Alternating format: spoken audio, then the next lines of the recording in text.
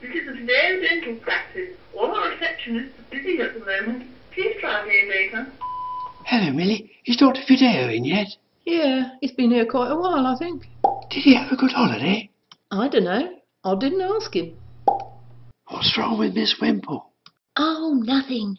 Dr. Fideo told her to pop out in the waiting room while she went numb. How is he this morning? His usual grumpy self. And he'll be even more grumpy when he sees our fitted Mrs. Scoggins in next. Oh, not again. I thought he'd taken out her upper lipsticks. He has, but now she's moaning her part up her denture don't fit. I've lost count of the number of eases she's had. He said if she came back again, he'd strangle her. Mrs. Scoggins, would you like to go through? Was that Mrs. Beauty on the phone, Millie? She said she'd phoned to confirm her appointment today. I don't know. I didn't answer it. Oh, no. He wouldn't, would he? I thought Mrs. Scoggins had just come down to your surgery, Rufus. No, she sees the hygienist first. Phew, thank goodness for that. Although I don't know what good it does her. The only oral hygiene advice she needs is to stand a little nearer her toothbrush. Did you watch the Commonwealth Games, Rufus? God, it's never ending, isn't it? When one lot of people running, jumping and throwing things ends, another fucking world starts. First the Commonwealth Games, then the European Games. At least they make more sense than the bloody Commonwealth Games. A sports competition for countries mostly so small and underdeveloped their teams haven't even got the right kit. And what do? Invite them to Glasgow to compete in games we wrote the rules for just to beat the crap out of them. I take it that's a no then. We look like the fat rich kid with all the toys who always has to win because it's his garden. I heard the BDA have attacked the GDC over the retention fee rise and that advert they put in the press. Ooh, scary. Fat lot of good that'll do. Being attacked by the BDA is like being savaged by a dead sheep. Did you see Barry Cockcroft was back on TV recently? No? What piece of government propaganda was he on about this time? He was saying 93% of patients are able to find an NHS dentist. Well, he's probably partly right. Not difficult to find one. Well nigh impossible to get one to take you on under the NHS, though. Saw an article in the Daily Mail that said someone had to travel 40 miles to get an NHS dentist to make dentures for him. Amazing thing he found anyone at all, given the paltry fee you get. I mean, would you make a full fall under the NHS? No, of course not. So I should bloody well think. You start doing that sort of thing, and you'll be out of a job faster than England was out of the World Cup. How did the interviews for the new associate go yesterday?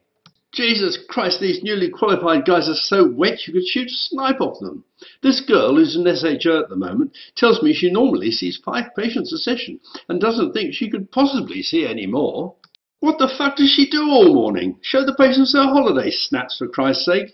That's the problem with the hospital system. They can't think any further than, we need to save money, it costs money to treat patients, so the fewer patients we treat, the more money we'll save.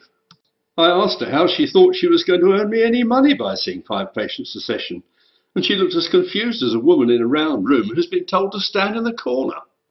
I take it she didn't get the job then. You were interviewing for a new nurse as well, weren't you, Rufus? Oh, tell me about it. It's a bloody minefield nowadays, trying to find out what you need without being accused of being sexist or something. Do you mean you can't ask them if they've got children, or if there's a chance they might be trying to get pregnant and things like that? I thought of a way round that. I asked them where they went on holiday last year. Then they say things like, we didn't go away last year because we're saving up to start a family. Or if they've got kids, they usually say something like, we took the children to Spain last summer. Then I just shut up and let them rabbit on. After a couple of minutes, I know their whole life history, how old their kids are, where they go to school, who looks after them during the holidays and when they're off sick, all the things I really need to know but can't ask.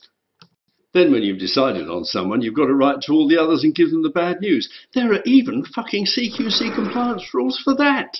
You have to say, dear Miss Miggins, thank you for coming to see us. We enjoyed our discussion with you, but we felt that another candidate matched the requirements of our job description and personal specification more closely. When what you really mean is it was impossible to decide between applicants, so we gave the job to the one with the biggest tits. Did you find someone suitable in the end? Yep. They both start on Monday. God, I hate ortho.